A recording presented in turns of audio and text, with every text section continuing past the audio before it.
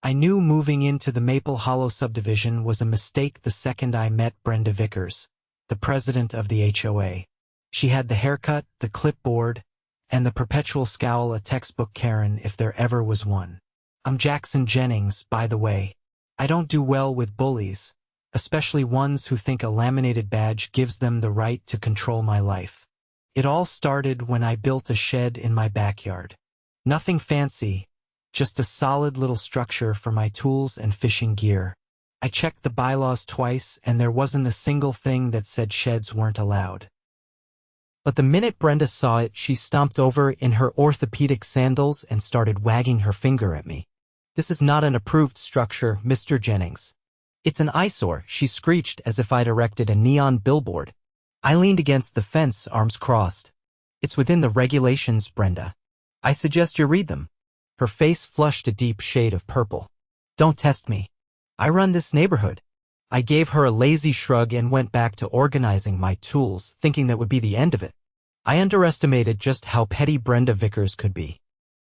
Over the next few weeks, I got hit with bogus fines, one for grass being slightly over 2 inches, and another for unapproved lawn ornaments, which turned out to be my kid's soccer ball. Every time I appealed, I won. Brenda's frustration grew. Then, one night, everything changed. It was about 2 in the morning when I woke up to the sound of popping wood.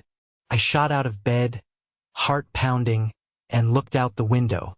My shed was engulfed in flames, lighting up the backyard like a bonfire. I grabbed the hose, but it was useless. By the time the fire department arrived, the shed was a smoldering ruin. I stood there in my boxers and boots, fists clenched, watching the firefighters stomp out the last of the flames. One of them, a grizzled guy named Mike, came over. Found something strange, he said, holding up a charred piece of cloth soaked in gasoline. Arson. My stomach twisted. I knew exactly who had done it, and I wasn't about to let her get away with it. By the time the sun rose over Maple Hollow, I was sitting at the kitchen table, staring at a cup of cold coffee. My hands itched for action, but I knew better than to go off half-cocked.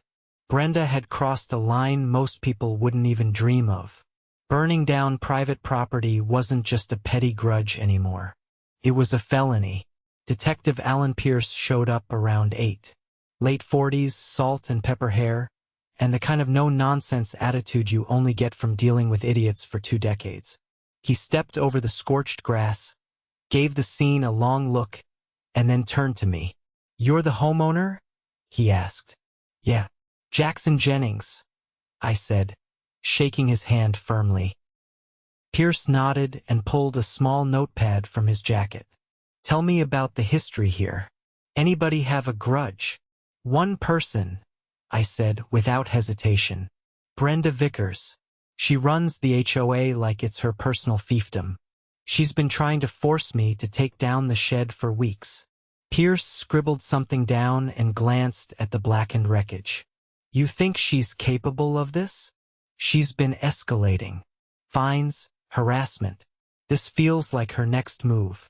He didn't argue. Instead, he pointed toward a small, blackened object near the shed remains. "You got cameras?" I hadn't thought about it until that moment, but I had installed a floodlight camera over the back porch when we first moved in. I bolted inside, heart hammering, and pulled up the app on my laptop. There it was, clear as day. At around 1:45 in the morning, a figure crept into the backyard carrying a red gas can. The resolution wasn't perfect, but the silhouette was unmistakable. The short, stocky frame, the stiff, hurried walk. "Brenda." I turned the screen to Pierce, who whistled low. "Well, that's a hell of a start," he said. "Mind if I make a copy?" I handed him a flash drive without a word. Watching Brenda creep around my property filled me with a cold, steady anger. I wasn't just going to get justice. I was going to bury her. An hour later, 2 squad cars pulled up outside Brenda's pristine colonial. I watched from my porch as she answered the door, still in her floral robe, clutching a mug that said "World's Best President." Her face went through a full range of emotions: confusion, outrage, then something close to panic as Pierce showed her a warrant. When the handcuffs came out, she shrieked loud enough to wake half the neighborhood. You can't do this. I am the HOA, she bellowed, thrashing as the officers marched her down the walkway. Pierce didn't even flinch. You're under arrest for arson, destruction of property, and reckless endangerment. You have the right to remain silent. Neighbors peeked from behind curtains. A few stood on their lawns, openly gawking. I caught the eye of Mr. Larson from across the street. He gave me a slow, deliberate nod. After they bundled Brenda into the back of a cruiser, Pierce walked over. We'll need you to come down to the station later. Statement evidence review. I'll be there, I said. The adrenaline didn't fade even after the cars pulled away. I stood in the driveway feeling a strange mix of triumph and grim satisfaction. But I knew this wasn't over. Not by a long shot. Brenda might have been the face of the operation, but she wasn't acting alone. The next few days were a circus. News traveled fast in Maple Hollow. Whispers and rumors filled the air like smoke. Some people clutched their pearls, horrified that their dear Brenda could be capable of something so vile. Others, the ones who'd been quietly bullied for years, started coming out of the woodwork. I got a knock on my door 2 nights later. It was Tom and Lisa Edwards, a retired couple who lived 2 streets over. Tom held a battered manila folder in his hands. We heard what happened, he said, voice low. We've been keeping records too. I invited them in, and over coffee they laid it all out. Unauthorized fines, manipulated votes, even threats to revoke pool access for families who didn't fall in line. Brenda and her inner circle had been running a racket for years, and nobody had dared speak up. Until now. What do you want to do with all this? Lisa asked. I leaned back in my chair, thinking. There was enough here to not just take down Brenda, but the entire rotten structure she'd built. I want to burn it all to the ground, I said. Over the next week, we formed a coalition. Quiet meetings at different houses. Late-night strategy sessions. I filed an official complaint with the county attorney's office, backed by statements from over 30 homeowners. We compiled evidence. Fraudulent bookkeeping, misuse of HOA funds, even tampering with election results. The real gem came from a guy named Marcus Chen, a software engineer who lived near the entrance of the neighborhood. Turns out, Marcus had been using a drone to film his property renovations and accidentally captured Brenda's little arson spree from a different angle. Between my footage and his, there was no room for doubt. The county took it seriously. Very seriously. An audit was ordered. Subpoenas were issued. Brenda's cronies on the HOA board started resigning faster than rats off a sinking ship. Some tried to play dumb, claiming they had no idea what was going on. Others cut deals, handing over emails and text messages that painted a damning picture. Meanwhile, Brenda sat in county jail, denied bail after prosecutors labeled her a flight risk. The final blow came during a town hall meeting hastily called by what was left of the HOA board. They tried to spin it as a healing session, but the minute they opened the floor, people lined up to unload years of pent-up fury.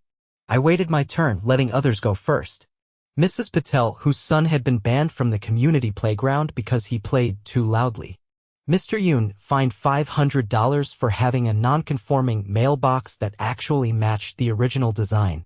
When I finally stepped up to the microphone, the room fell silent. My name is Jackson Jennings, I said, voice steady. A month ago, my shed was set on fire. It could have taken out my house. My family could have died. And it wasn't an accident. It was a deliberate, calculated attack carried out by someone who thought she was above the law. Several people nodded, some even clapped. I let the pause stretch. But this isn't just about one person. It's about a culture of fear, control, and corruption that has poisoned this neighborhood for too long. I held up a thick binder filled with evidence. This ends now. The new interim board, made up of volunteers who hadn't been involved in the previous regime, voted unanimously to dissolve the current HOA management company. A third-party firm was brought in to oversee elections, finances, and governance moving forward. Every illegal fine was refunded. Every black mark on homeowners' records was wiped clean. Brenda's trial was set for 3 months later. She faced multiple felony charges, including arson and conspiracy to commit fraud. If convicted, she was looking at serious prison time. As for me, I rebuilt my shed. Bigger, stronger, and with a brand new set of security cameras covering every inch of my property. One evening, as I hammered in the last nail, Marcus stopped by with a six-pack. "You're a legend, man," he said, cracking open a beer. "You didn't just beat her. You nuked the whole damn system." I clinked my bottle against his. "No one burns down my home and walks away." The sun dipped behind the horizon, casting long shadows over Maple Hollow. But for the first time since moving in, I felt the air clear. Clean. Free. Justice wasn't just served. It was delivered with a side of retribution. And it tasted damn good. I thought the worst of it was over, but Maple Hollow had a few more skeletons to drag into the light. Brenda's arrest had cracked the dam. Now the floodwaters were coming. Detective Pierce called me back to the station 3 days after the town hall. He met me in the lobby, his expression tighter than usual.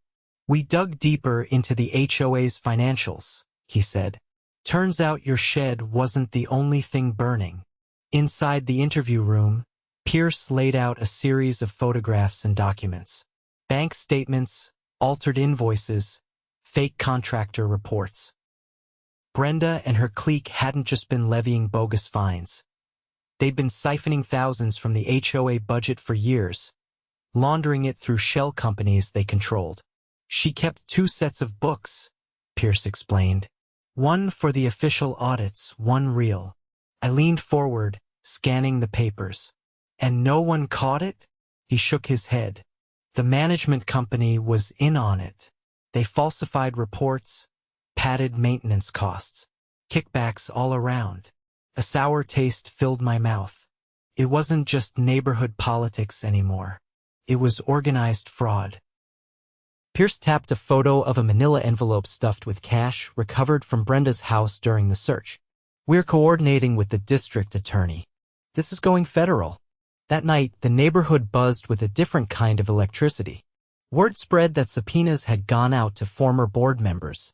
One had already flipped, agreeing to testify in exchange for a lighter sentence. A moving truck sat outside another's house, their windows dark and curtains drawn tight. I didn't celebrate. Not yet.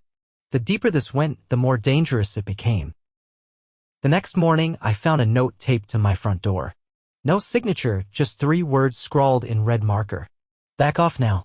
I stared at it for a long moment before folding it neatly and placing it into a plastic evidence bag. After everything Brenda's group had done, threats didn't scare me. They only made me more determined. I brought the note straight to Pierce. He examined it under a magnifying glass, then nodded grimly. "They're desperate," he said. "Desperate people make mistakes." 2 nights later, desperation came knocking again. Around midnight, I caught movement on one of my security feeds. A shadowy figure was creeping along the side of my house, carrying what looked suspiciously like a crowbar. I didn't hesitate. I called the sheriff's office and stayed inside, lights off, watching the screens. Within minutes, flashing lights filled the street. Deputies swarmed the yard, weapons drawn. They caught the intruder crouched behind my air conditioning unit. It wasn't some random vandal. It was Carl Simmons, the former HOA treasurer. At the station, Carl cracked faster than anyone expected. Faced with burglary charges and pressure from the feds, he spilled everything.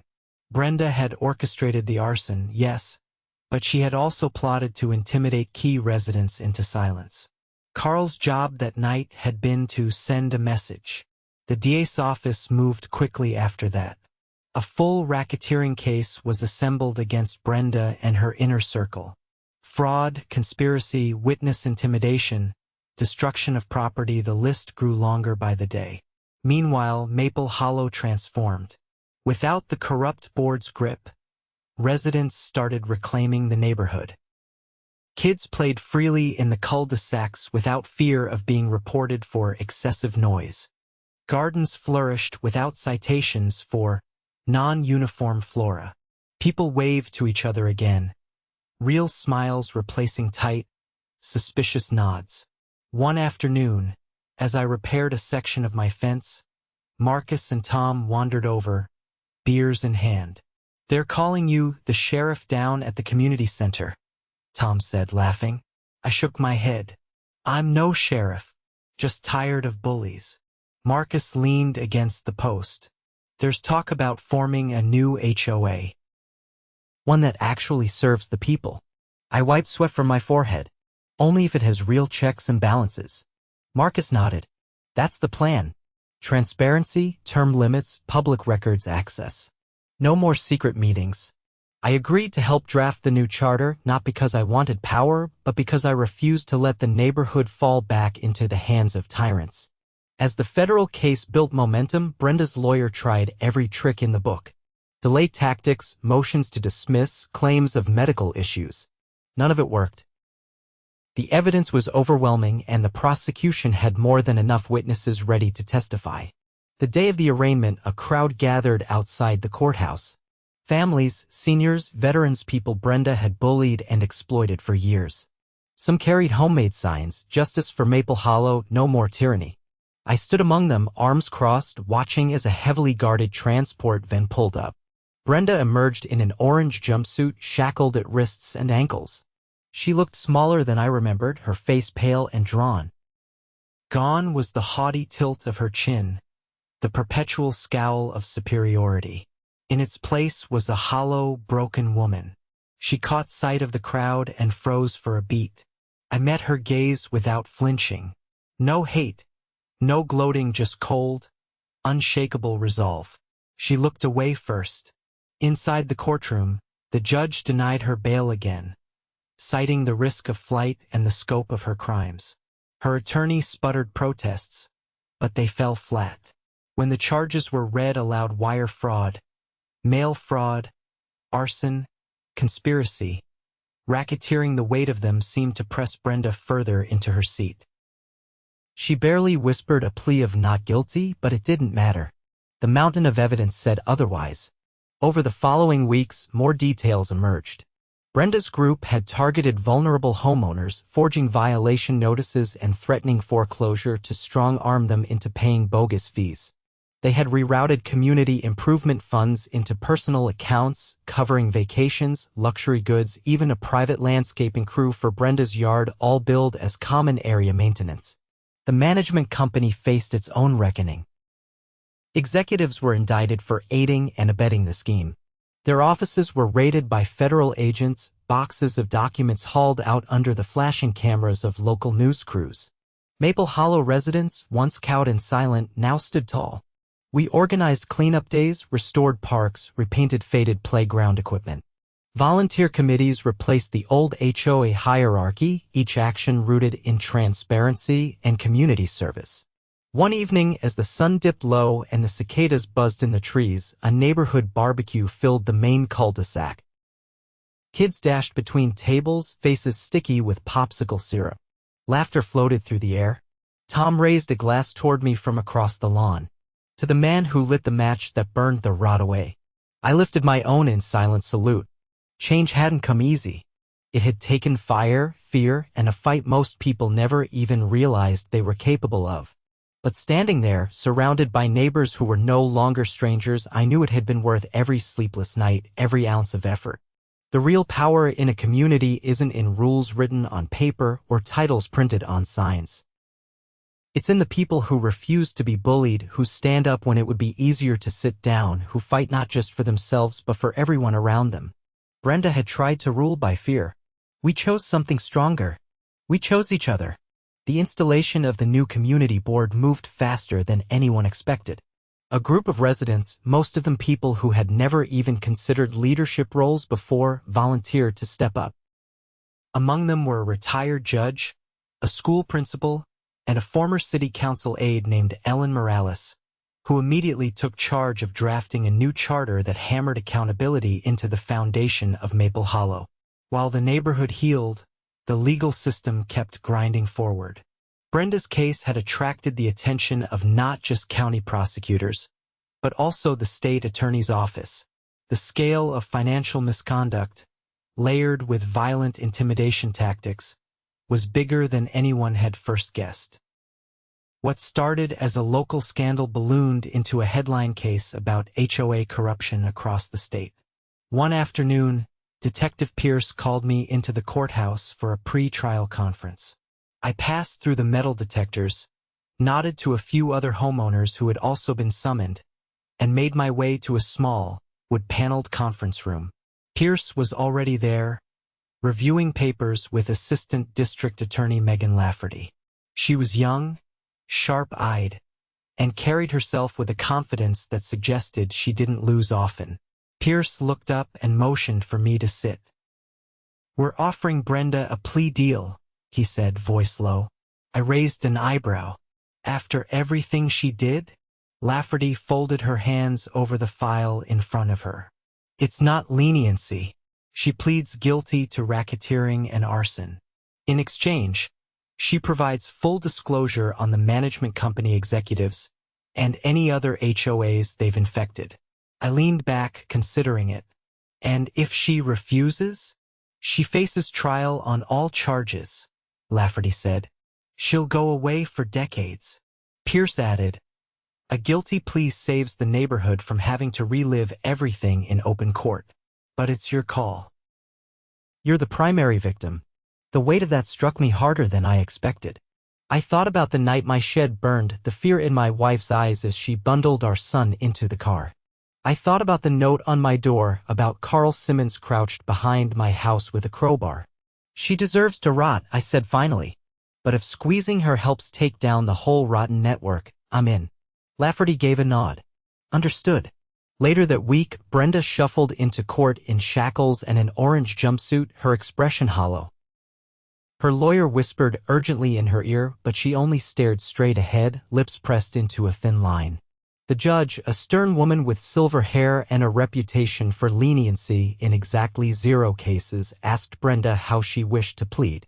"Guilty," she said, voice barely above a whisper. The judge wasted no time. Brenda was remanded into custody without the possibility of parole until sentencing. Her cooperation agreement was sealed, but word trickled out that several high-ranking executives from the management company had been indicted within days of her confession. Maple Hollow wasn't the only neighborhood they had corrupted. At least 5 other communities across the state were discovered to have suffered under the same fraudulent schemes. Brenda's own greed had lit a fire that exposed a whole network of exploitation. Back home, the neighborhood continued to transform. Ellen Morales organized a community rebuilding day, and nearly every homeowner showed up. People who had barely nodded at each other for years now worked side by side repainting fences, repairing sidewalks, and planting new flowers along the main road. At the center of it all, a new community garden began to take shape on what used to be an abandoned lot. It was Ellen's idea, a symbol of regrowth and shared responsibility. She asked me to help build the tool shed for the garden, and I agreed without hesitation. On the day we raised the frame, the mood was light, filled with laughter and the sound of kids chasing each other between rows of budding vegetables. Tom Edwards ambled over, wiping his hands on his jeans. "Never thought I'd see the day we built something together instead of fighting about grass length." I hammered a nail into place and grinned. "It's amazing what happens when people stop being afraid." As we worked, a few of the newer residents approached, curious about the story behind the garden. I let Tom and Lisa explain it. I didn't need to be the center of it anymore. Maple Hollow wasn't about one person's fight. It was about what happened when an entire community stood up and said, "No more." The sentencing hearing came 6 weeks later. By that time, the neighborhood was unrecognizable in the best way. The new board had implemented open financial records, rotating leadership roles, and public comment periods.